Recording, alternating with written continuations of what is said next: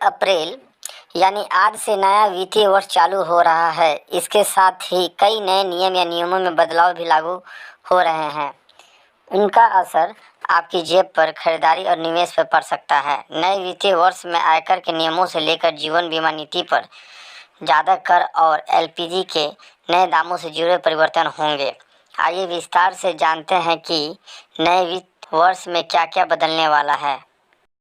पहला, नई कर व्यवस्था। इस साल फरवरी में पेश किए गए बजट में वित्त मंत्री निर्मला सीतारमण ने नई आयकर व्यवस्था को लेकर अहम घोषणाएं की थी।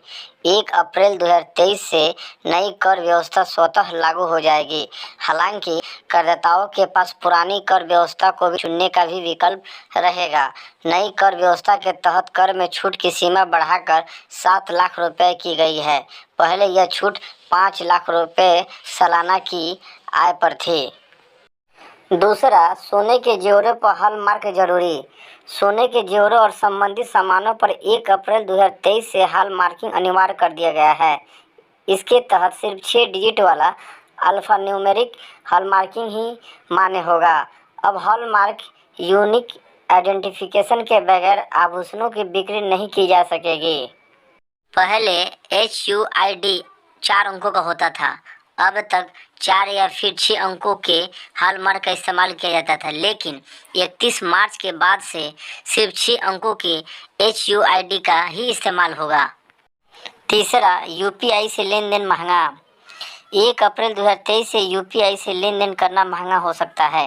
National payment corporation of India ने बुधवार को बताया कि प्रीपेड पेमेंट इंस्ट्रूमेंट के इस्तेमाल से UPI भुगतान करने पर 1.1% फीस लागू की जाएगी। इसके मुताबिक केवल व्यापारिक लेन देन के मामले पर 2000 से ज़्यादा की राशि पर UPI ट्रांजैक्शन पर फीस लगेगी, लेकिन इससे उपभोक्ता पर कोई असर नहीं पड़ेगा। वहीं बैंक से बैंक में होने वाले UPI भुगतान पर भी ये फीस लागू नहीं होगी। चौथा, सिलेंडर के दाम में कमी। पेट्रोलियम और तेल विपणन कंपनियों ने शनिवार को तत्काल प्रभाव से कमर्शियल LPG सिलेंडर के दाम 91.5 रुपया कम करने का ऐलान किया है।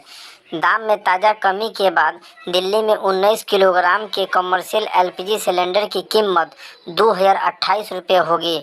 हालांकि इन कंपनियों ने 1 मार्च को कमर्शियल सिलेंडरों की कीमतों में 350.5 रुपये प्रति यूनिट की बढ़ोतरी की थी। वैसे अभी घरेलू सिलेंडर की कीमत में कोई कमी नहीं की गई है, लेकिन इन सिलेंडरों की कीमत 1 मार्च को 50 रुपये और 1 जनवरी को 25 रुपये बढ़ाए गए थे। पांचवा, गाड़ी खरीदने और सड़क यात्रा पर बढ़ेगा आपका खर्च। नए वित्त वर्ष से गाड़ी खरीदना भी महंगा हो जाएगा। अप्रैल से टाटा मोटर्स, हीरो मोटोकॉर्प और मारुति ने अपनी गाड़ियों के दाम बढ़ाने की घोषणा की है। इसके अलावा 1 अप्रैल से कुछ जगहों पर सड़क यात्रा भी महंगी हो जाएगी। मुंबई पुणे एक्सप्रेसवे पर टोल टैक्स बढ़ जाएगा।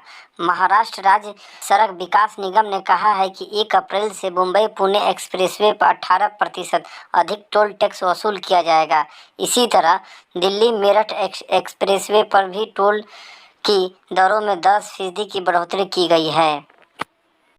छठा, जीवन बीमा पॉलिसियों पर अब ज़्यादा कर। 1 अप्रैल से 5 लाख रुपए से ज़्यादा के वार्षिक प्रीमियम वाली जीवन बीमा पॉलिसी टैक्स के दायरे में आ जाएगी। फरवरी में पेश हुए बजट में इसकी घोषणा की गई थी। हालांकि यह नियम यूलिप पर लागू नहीं होगा। सातवां, स्मॉल सेविंग स्कीम्स पर सरकार ने बढ़ाई ब्याज दरें। केंद्र सरकार ने शुक्रवार को नए वित्तीय वर्ष की पहली तिमाही के लिए अधिकांश डाकघर बचत योजनाओं पर ब्याज दरों में 0.7% की बढ़ोतरी की है। वित्त मंत्रालय के एक बयान में कहा गया है कि PPF और बचत जमा के लिए ब्याज दरों को 7.1% और 4% पर बरकरार रखा गया है, जबकि अन्य बचत योजनाओं में 0.1% और 0.7% के बीच की बढ़ोतरी की गई है।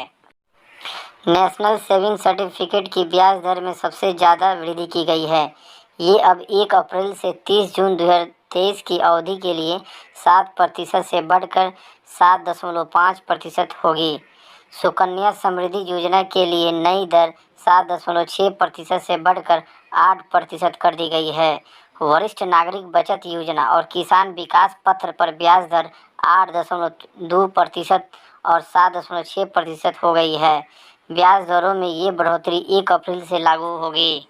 दोस्तों, अगर यह वीडियो आपको पसंद आई होगी तो please like, share and subscribe जरूर कर देना, ताकि आने वाले वीडियो से मैं आपको हमेशा अपडेट कराता रहूं।